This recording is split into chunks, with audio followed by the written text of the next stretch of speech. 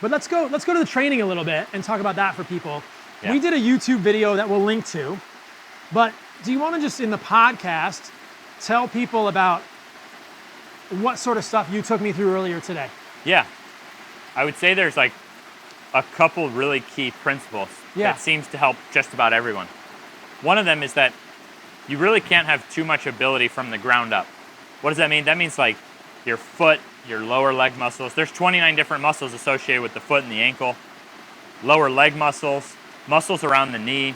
And because of the way fitness evolved, it skipped a lot of these muscles. So if you go to the gym and you do your leg day, squat, deadlift, leg press, leg extension, your foot just didn't get loaded. Then if you're told no knees over toes, that means you're now avoiding putting pressure on the muscle closest to the knee that's been found now to stabilize the knee. So like long-term study on, for example, a full range of motion squat where your knee goes over your toes, analyzed 162 research papers, found that contrary to popular opinion, it doesn't put your knee at more risk of injury, and full range of motion squat actually allows you to strengthen internally in the knee. Like you actually, those structures in your knee have anabolic properties. They can grow and strengthen. Wow. It's not only a process of just avoiding putting pressure the rest of your life.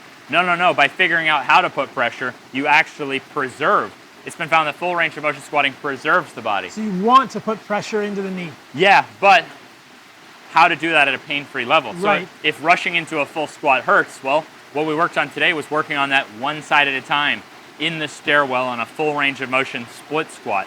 So this kind of transitions us from the first concept of being strong from the ground up to the second concept of taking our strength and our flexibility and realizing that those together is kind of what makes your mobility. So something like a ATG split squat where you're going full range of motion on the front leg, stretching out the back leg, you're engaged the whole time. Is it a strength exercise? Is it a stretch? It's a strength stretch exercise. And for a lot of people spending hour upon hour separately training strength and flexibility, it might be more powerful to train these things together. And that can lead to really powerful effects for restoring the ability to full squat and to be able to use that as a strength building exercise. And this goes from the ankles to the knees to the hips to the shoulders.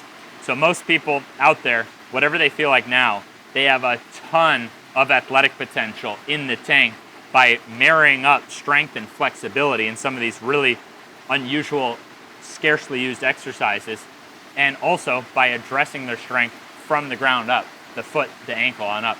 Those two things together, man, if you get that in for people, I mean, my personal estimation is that like 80% of surgeries are unnecessary. This is just my personal estimation after working with thousands of clients, having thousands of success stories of people who had surgeries scheduled, and now we're seeing modern data come out showing how the surgeries aren't as necessary as like they do tests and they do the fake surgeries and stuff like that.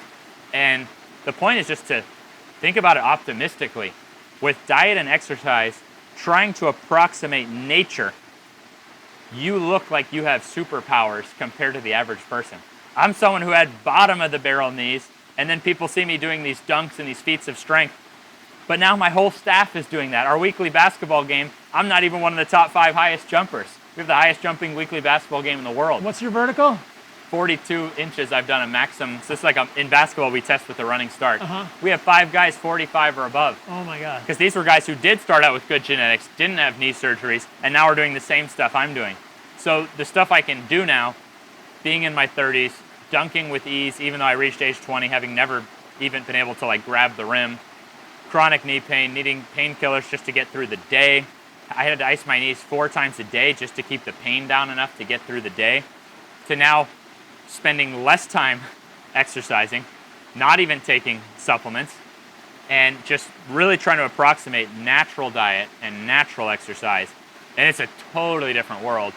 And then, so longevity now is looking just like a different life for me. And that's priceless being a dad.